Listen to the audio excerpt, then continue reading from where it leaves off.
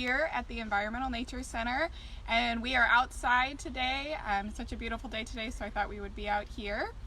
And I just want to let you know that we are doing these remote learning Facebook Live programs throughout the month of April. So we have another one this Friday at 1 o'clock where other lead naturalist Heather will be doing a presentation for you.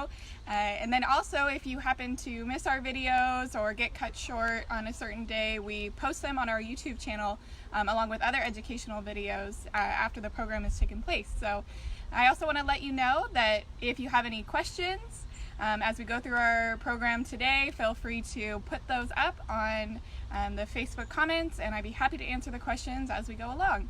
So today, as you know, our program is called Pollinator Parade. So pollinators is one of my favorite subjects to talk about.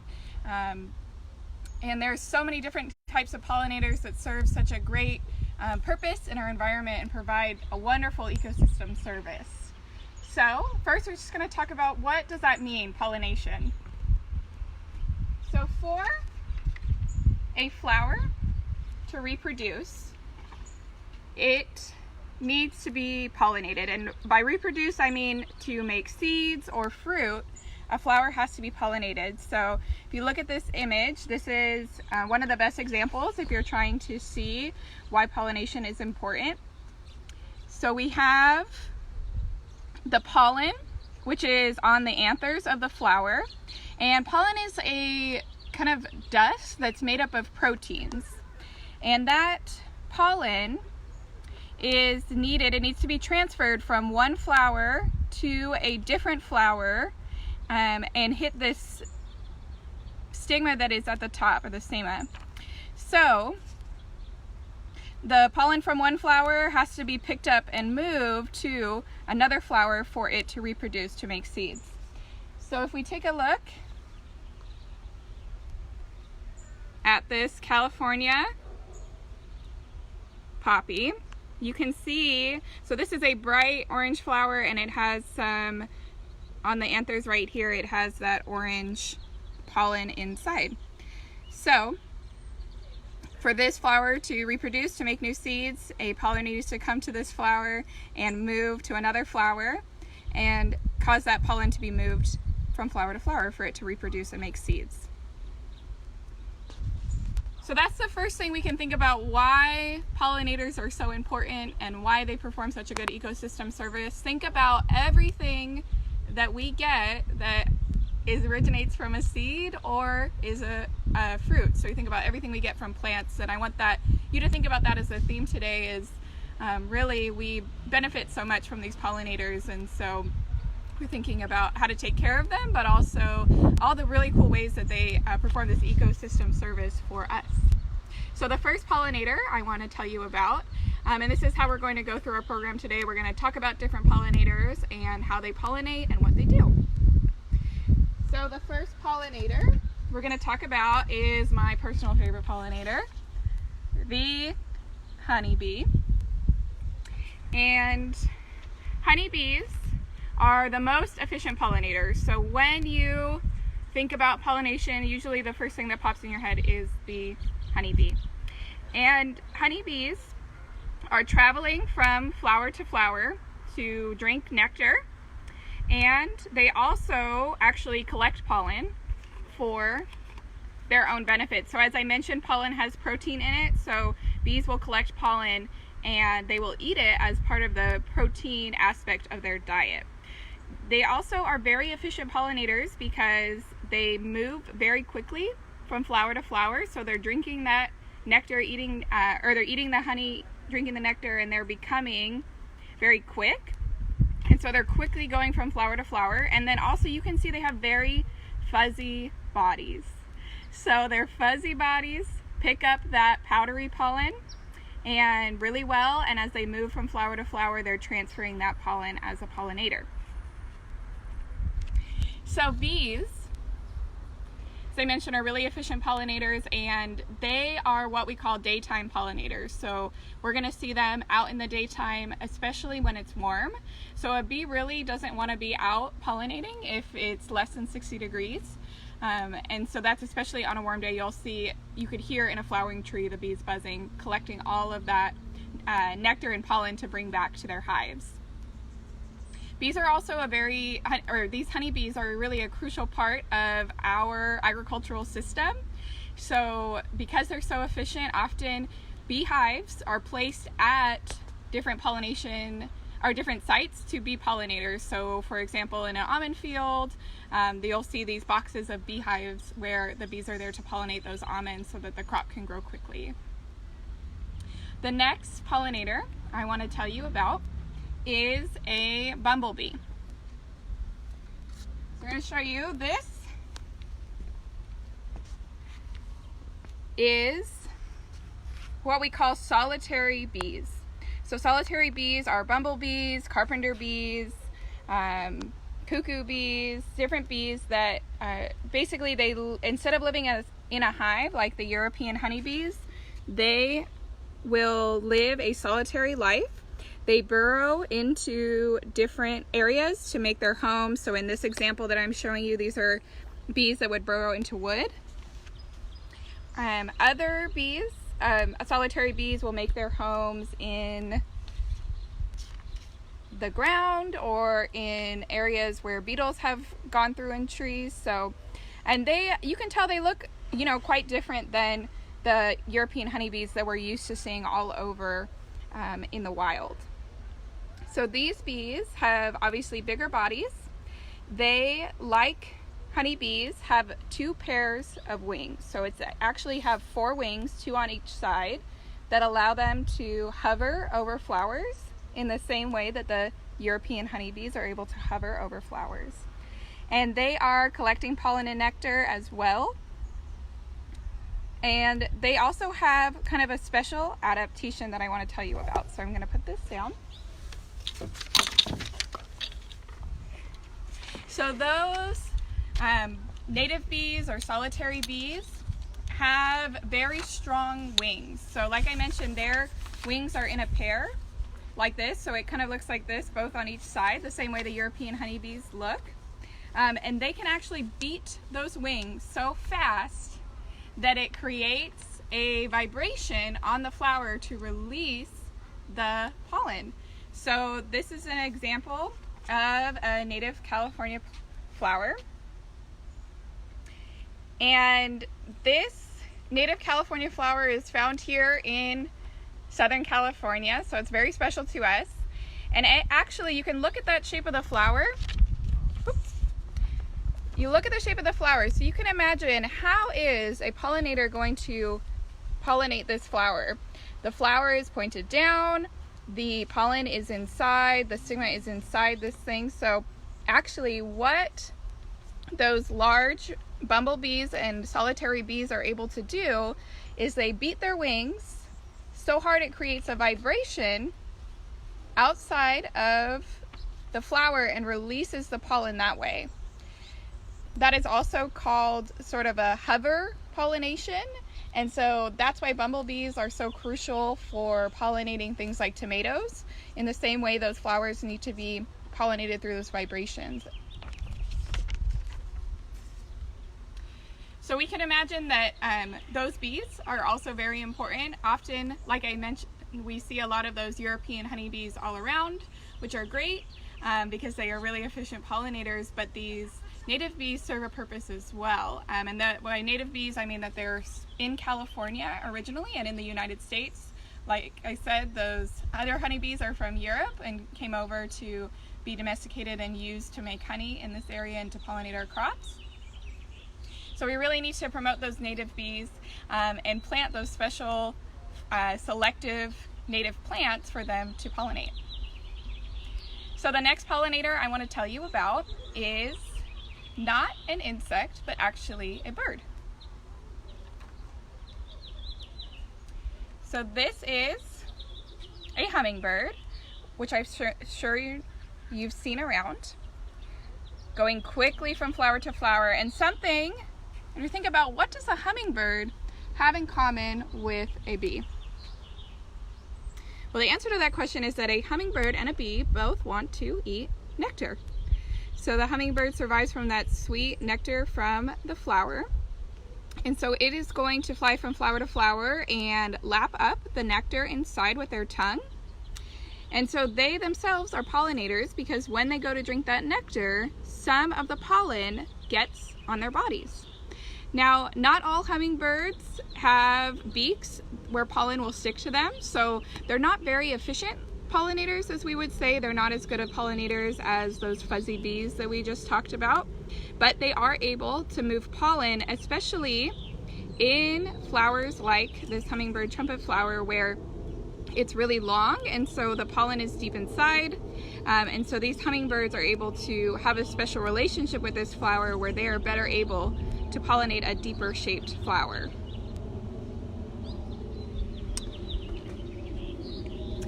The next pollinator I want to tell you about is a butterfly. And I'm sure you have seen butterflies a lot right now. It is our butterfly season, which is so exciting here in California. So I want to show you or bring attention to this swallowtail butterfly here. So you can see that the majority of a butterfly's body is its wings, and then it has its small abdomen, thorax, and head there. And on that part of its body, it is not as fuzzy as a bee, but pollen will still stick to that part of its body, the underside, and its legs. So just like the other three animals that we told you about, the butterfly is also trying to drink sweet nectar from the flowers. So it's going to land on a flower, and it is not as efficient as a pollinator as bees, because when it lands on that flower, it has to be a very large open flower. So there's only certain flowers that butterflies are able to land on. And because their legs are so long, often that pollen doesn't always get onto their bodies as well as it would on that tiny fuzzy bee. Now the butterfly, though, has a special adaptation. So butterflies, unlike bees, are able to see the color red. And what that means is that when they are looking for flowers to find, they may be able to find more flowers or different types of flowers than maybe a bee would, because they're able to see more colors, which is pretty special.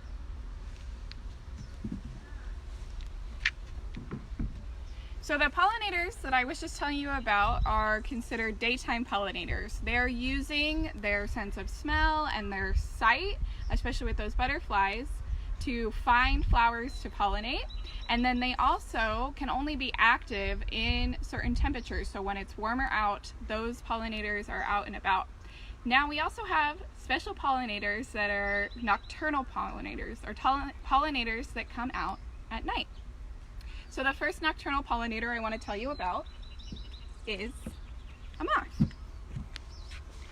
Moths are similar looking to butterflies. They have some special key characteristics. As you can see, the moth's body is a lot fuzzier than a butterfly's body, which actually makes them a better pollinator because the pollen is able to stick to their fuzzy body in the same way it would for a bee.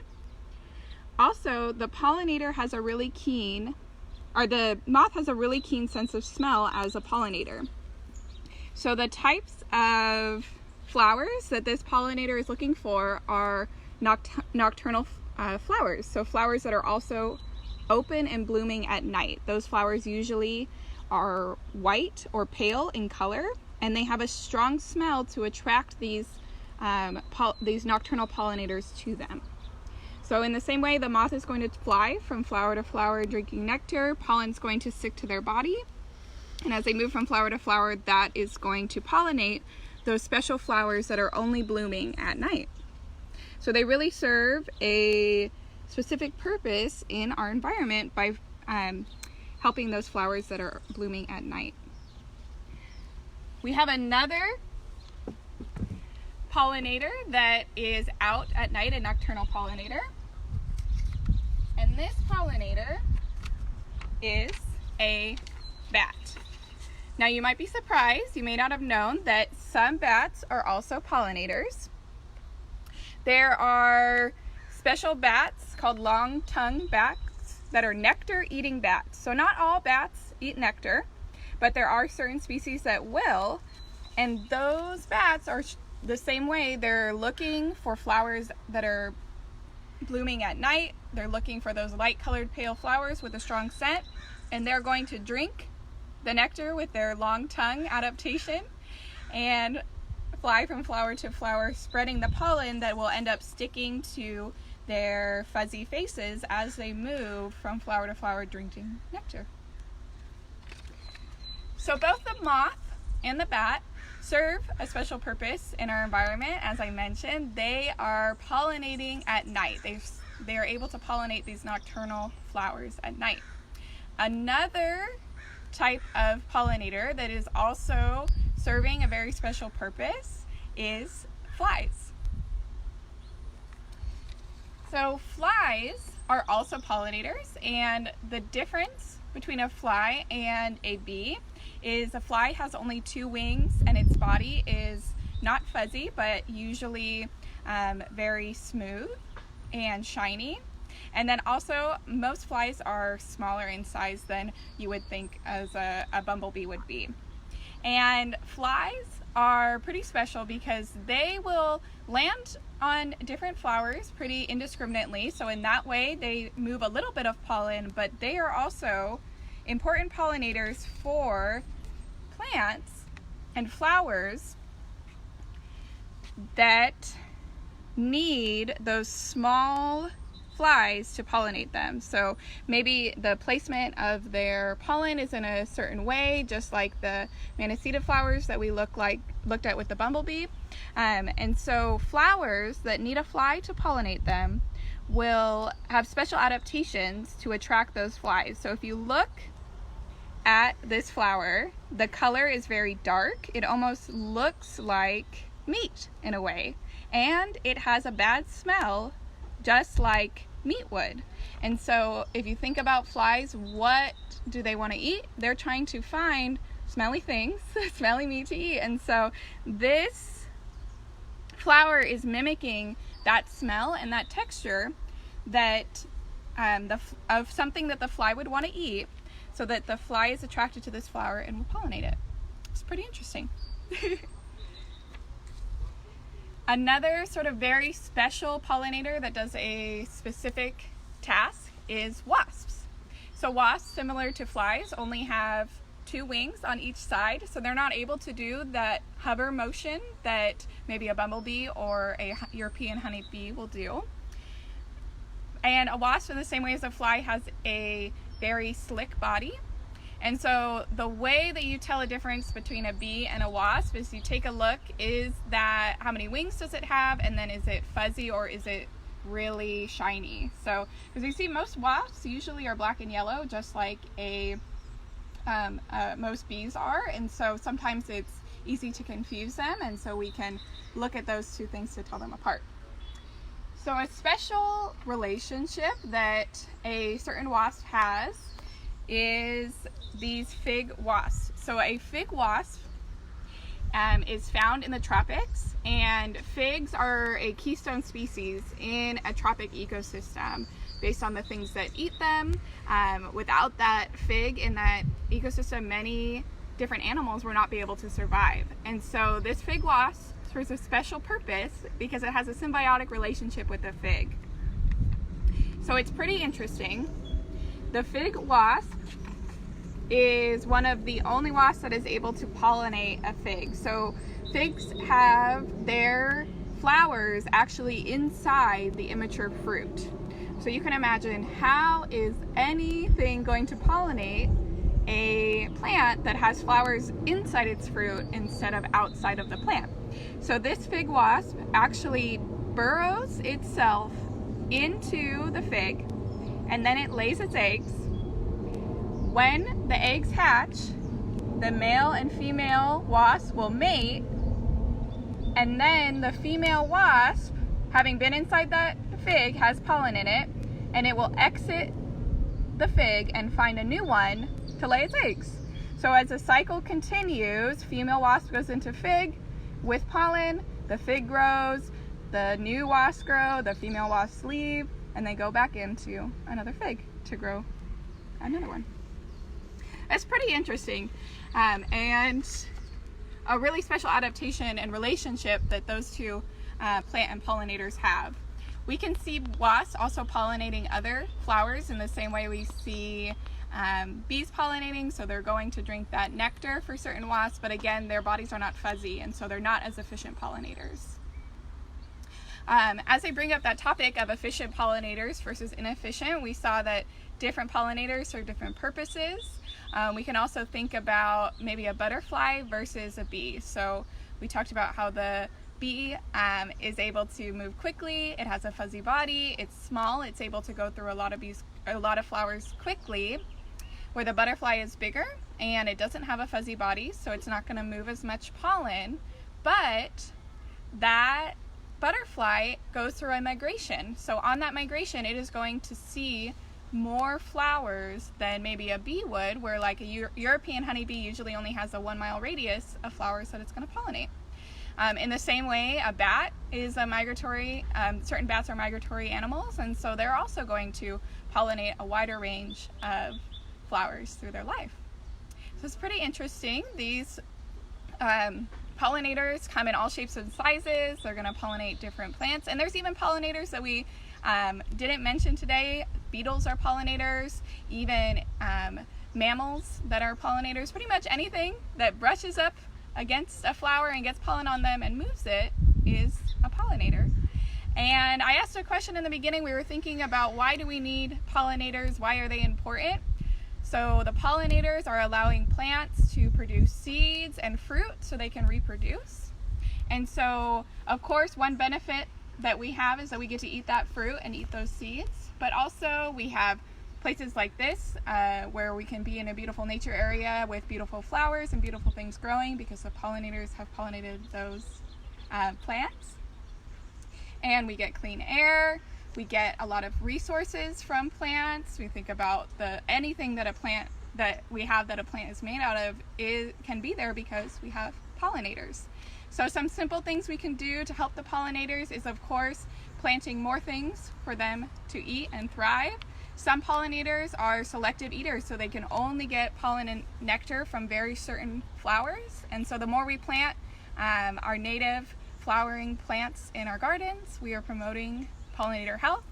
And then, of course, being mindful of the pollinators and giving them their space, and also just letting them be in nature and do their jobs. So I hope you enjoyed learning all about pollinators today.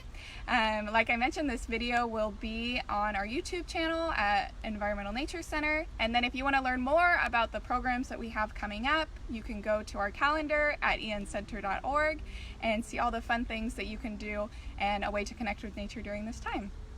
All right, everyone, have a good day. Thank you.